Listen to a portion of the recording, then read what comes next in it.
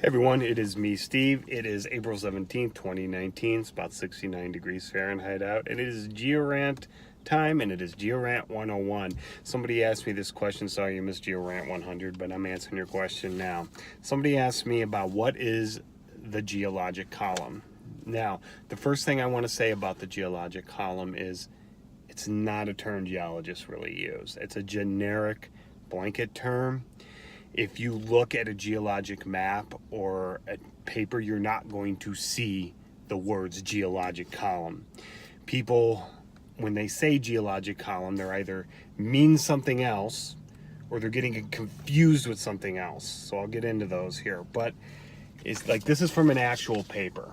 Okay, there's the title on the left, information on the bottom. But this, what do you see on the bottom there? It says stratigraphic column. Okay, and that's what we're talking about. That's one of the things we're talking about when people say geologic column. We're talking about stratigraphic columns.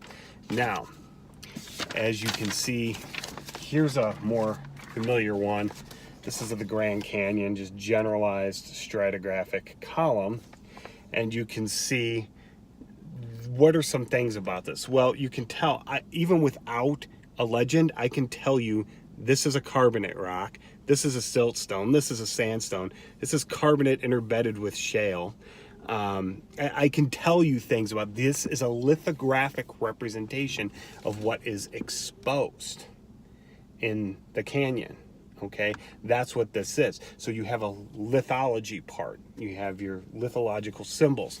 What this doesn't have is it doesn't have the descriptions. If you look at an actual geologic map, it'll give you somewhat detailed descriptions, but generalized enough so you can recognize the unit.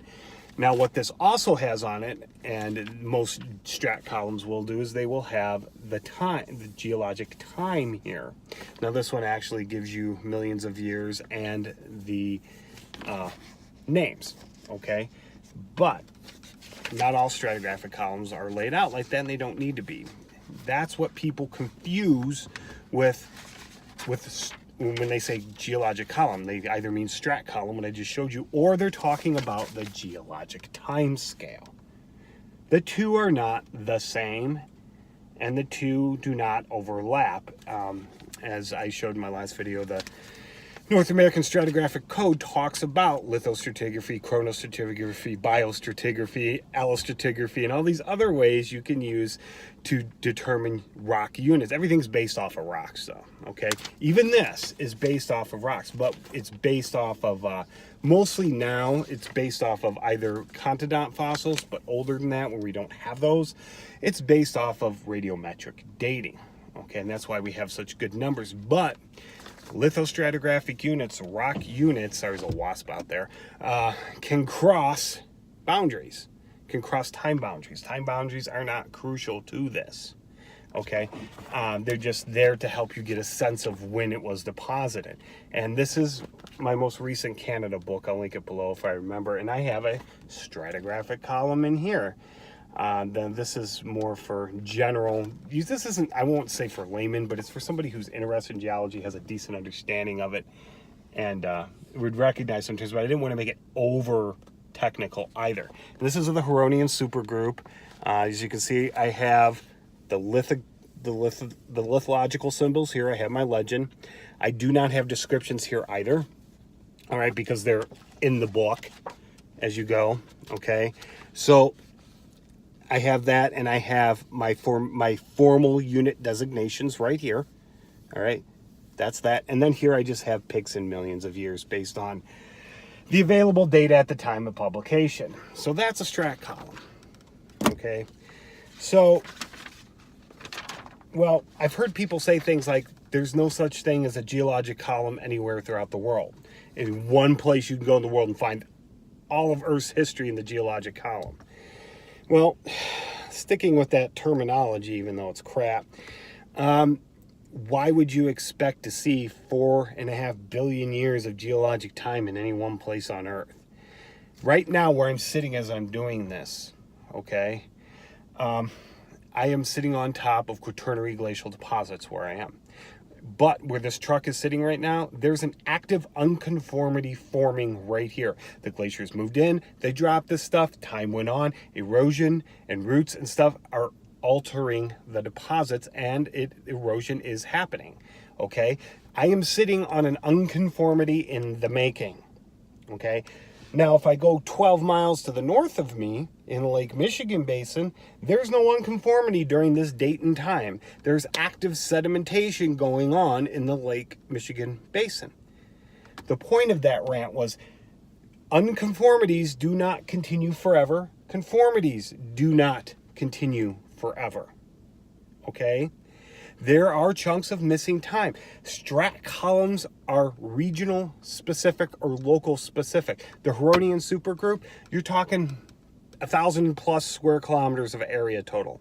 But there are stratigraphic columns for areas less than 10 square kilometers. It doesn't matter. It depends on how complicated the stratigraphy is, what you're looking for, and the regional, geology, how many faults and stuff. Now, you look at a map of North America around the Great Lakes, and even though this is black and white, you can tell, look at all these units, look at all these dark lines, faults, stuff like that.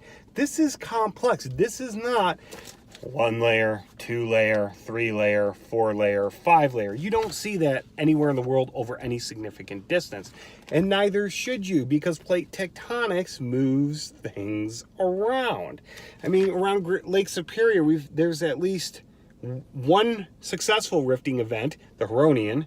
There's the Pinocchian orogeny, like several hundred million years later. An orogeny is a mountain building event. Then you had the Mid-Continental Rift, which tried to split all this apart again and failed. Okay, that's just in the Lake Superior region of the mid-continent.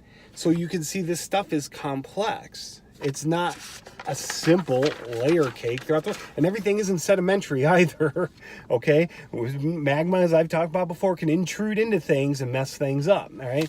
And for that North America column, this is and this is generalized, okay? These are the units they're using, and if we zoom in on the bottom part here, just the Precambrian ones on that lower left-hand side, we see stuff like this. See, time. This is time here. These are your units, okay? They move. They're not one begat another, begat another, begat another, begat another, begat. It's not how it works. And there's no reason to expect that. And as I just told you right now, there are places in the world, there's no reason to expect anything like that.